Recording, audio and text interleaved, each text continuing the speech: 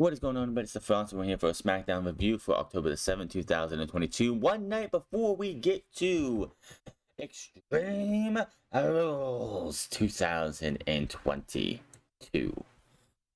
Tonight we had the Intercontinental Championship rematch in the main event, which was a good match. It was nowhere close to the match they had at Cardiff for a multitude of reasons. We'll get into that.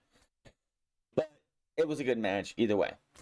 We also had the Bloodline come out to start the show as Roman Reigns and Logan Paul had their thing go on because they got to build towards Crown Jewel, which is in a couple weeks now. But a lot more. So we started out with the Bloodline. They came out. Logan Paul came out. They did their whole thing. And basically you got the acknowledge me from St. Paul, wherever the fuck they're at. I think it's, where are they at, actually? They were in Worcester, Massachusetts. Before all that, we had Triple H come out. Triple H, we opened the show on SmackDown. Triple H is in the ring. He says, there will come a time and a place where you believe everything is finished, but that is only when things begin. He welcomes the fans to SmackDown and to Fox in the season premiere of SmackDown. Then Roman Reigns comes out with his Bloodline. They do the whoosh to acknowledge him. Logan Paul comes out, stands on the apron, and everyone says he gets that. There's a bunch of them, and says it's his show. Paul is his guest, and the ring is a safe place. He invites Paul into the ring. Paul gets in the ring, and chants of Logan sucks echo out in the arena. Reigns says the Bloodline can teach him a lot before handing the mic to Heyman. Heyman says that as special counsel to the tribal chief, he serves as wise man and drops pearls of wisdom. He says that Reigns asked him the other day who the hell Logan Paul was, thought he was, then said he is in this generation's Mr. T and Cyndi Lauper. I would not put him in the same category as either one of those two. Sorry. Says that he is the outside celebrity that they bring in to bring more eyeballs to the product, and ultimately those eyeballs then see Reigns and acknowledge him. He then name drops a bunch of celebrities the Bloodline thought to bring in and get more viewers, but none of them had the balls to fight Roman Reigns. He even name dropped Ben Shapiro, which I thought was very odd. I think the other two were athletes or athletes/football players, MMA fighters or something. And I'm like, out of all people you want to just throw out there, you want to throw out Ben Shapiro. Is it because you're both Jewish? Is that why you did it, Heyman? I don't know. I guess he wants to have a verbal battle on SmackDown with Ben Shapiro, which I'm sure will get them many, many views. He says none of them had the balls to fight Roman Reigns. He says that they will end up in the hospital bed for 3 months after facing Reigns at Crown Jewels, and tells him that he will have lots of content to create. He says that Paul won't be offering predictions, but a spoiler. Paul says he can't argue with Heyman. He says that he has one question. When he says that he'll be smashed by the tribal chief, does that mean Reigns or Jey Uso? Reigns then, Jey Uso is saying some shit. He's yelling at him, wanting to say it again. Logan Paul off mic is saying, I can't tell the difference between these two. And Roman Reigns just gets this angered look like, I'm about to fuck somebody up. Walks and turns around and just stares down Jey Uso. Jey Uso shrivels up like a scared little baby. Sami Zayn steps in and says, okay, we need to take a deep breath here. Nobody is doing anything. Nothing's wrong. You are the tribal chief, Roman Reigns. You are the head of the table. Jey did nothing wrong. He says the only person doing anything wrong here is this fake and pretender Logan Paul, who trying to be a professional wrestler, and he's going to get smashed worse than anyone that ever has in his entire life. And he says, they have a saying here in the Bloodline that they are the twos and we are the ones, and you are the biggest two, my dog. And then he will be a stain on Roman Reigns shows, and when it's all said and done. And everybody it was just, Roman Reigns has got this look of, I'm going to kill somebody. I got this anger look on my face, and as soon as Sami Zayn dropped this line, he could not stop. He could not stop himself from laughing. Sami Zayn being in the Bloodline is the best thing that WWE has done in a very long time.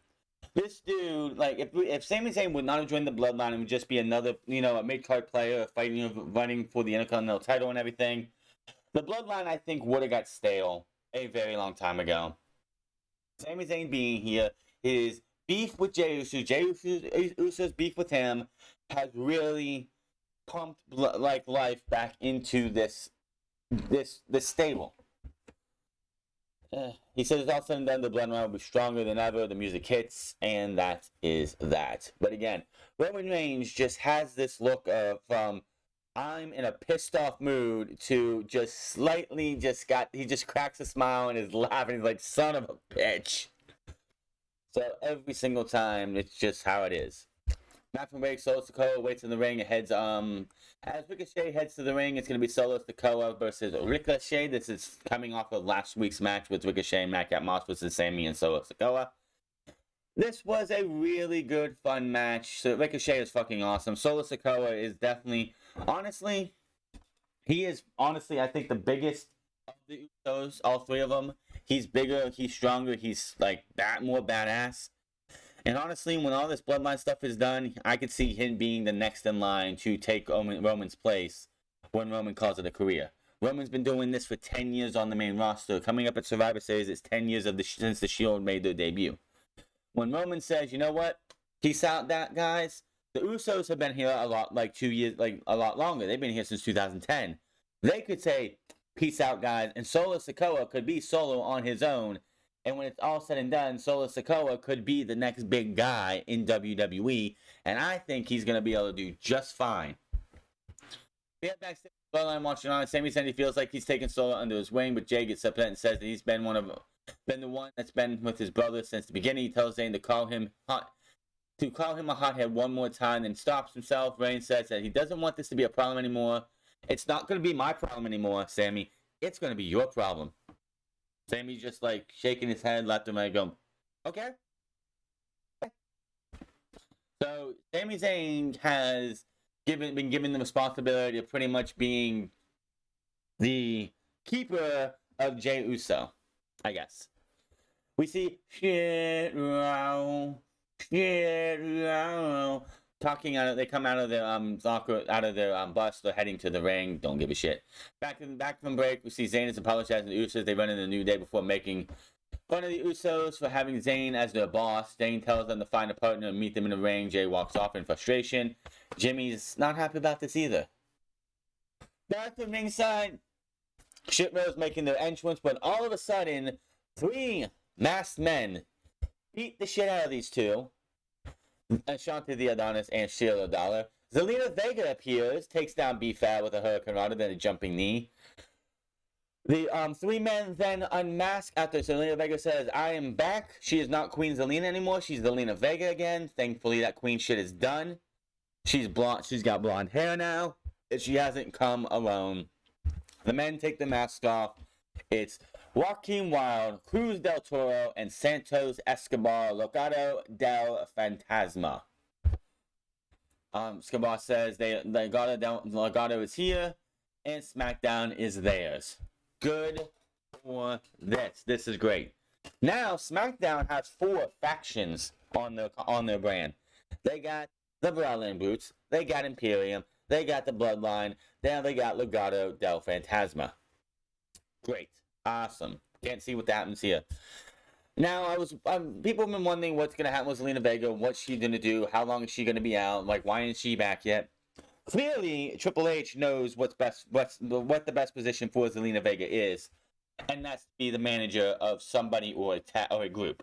Having her be a wrestler has never worked out. Yes, she won the Queen's Crown tournament, which was an absolute joke. She won the SmackDown, the women's tag team titles with Carmella. What a joke those titles are. She had her greatest success being the manager of Andrade. She's trained well enough that she can hit a Hurricane Rana off somebody when need be, and aim it to where she can get them to hit stairs or something else. And she needs to hit a jumping knee, whatever, but she should not be in a match, period.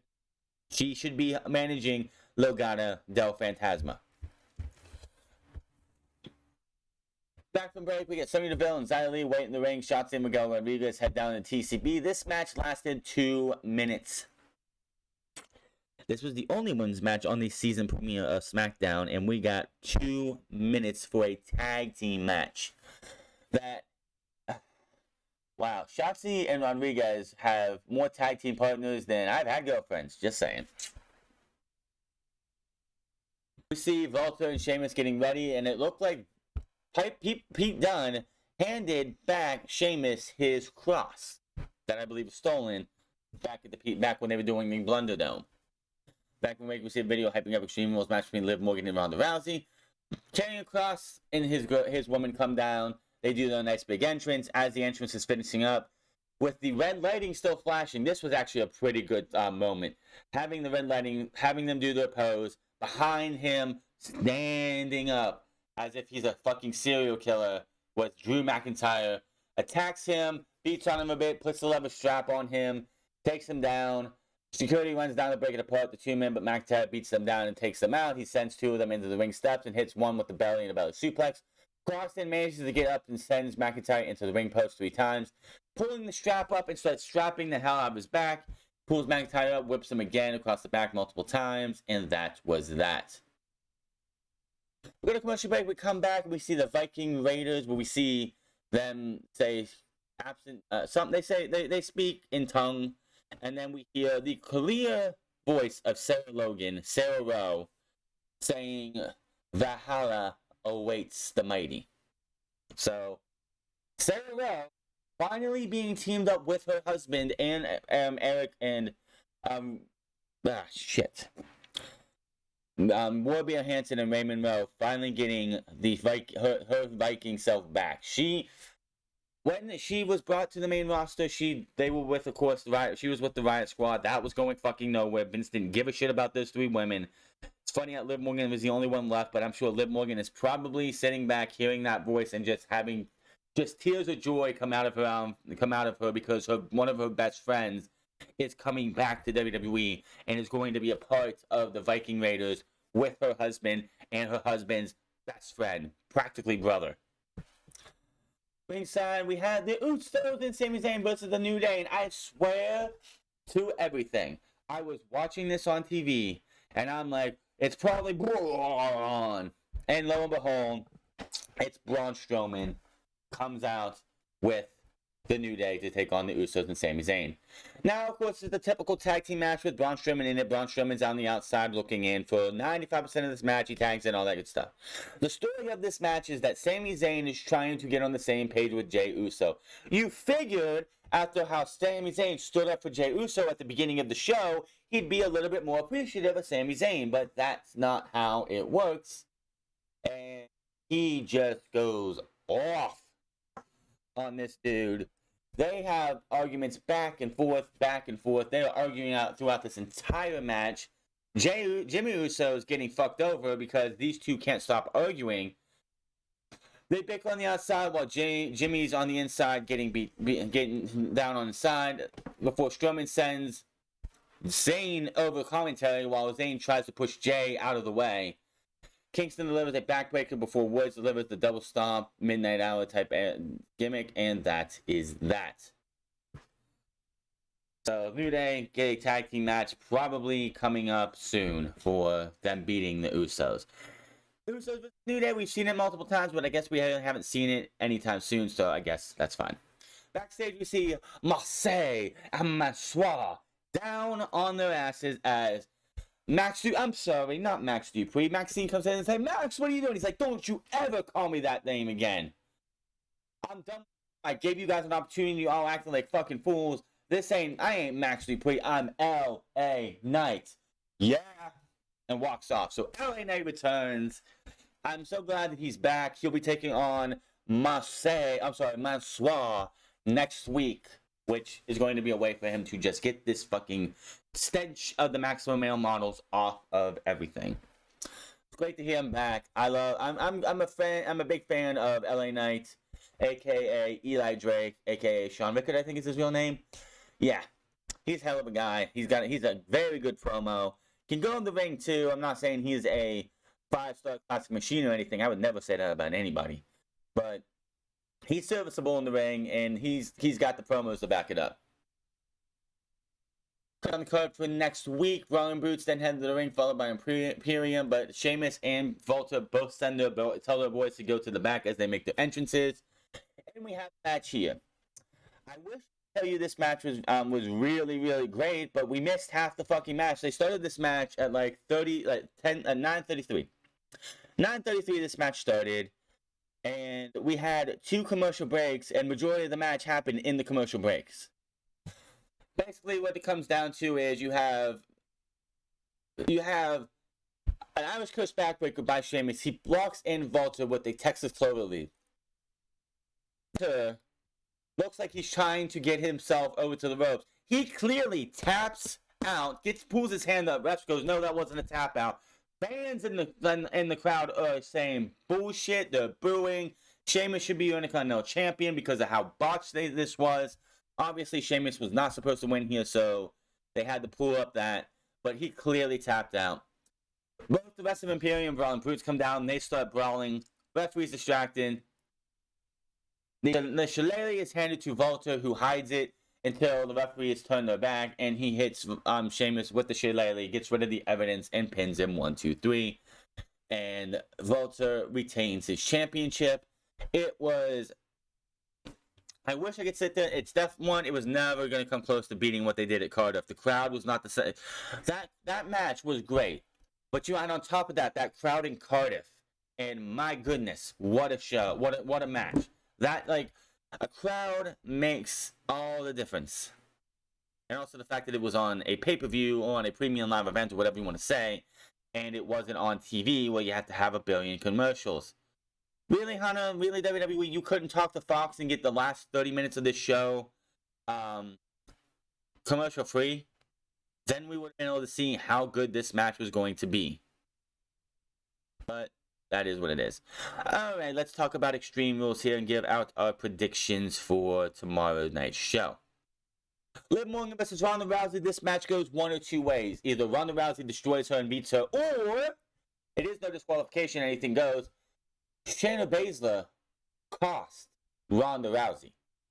Shayna Baszler cost Ronda Rousey, and somehow, some way, Liv Morgan retains because of being a screw job. But I'm going to lean towards Ronda Rousey winning. Matt Riddle versus Seth Rollins. Matt Riddle picks up the win. He needs this win. Seth Rollins got the win at Clash at the Castle, so Matt Riddle wins this one.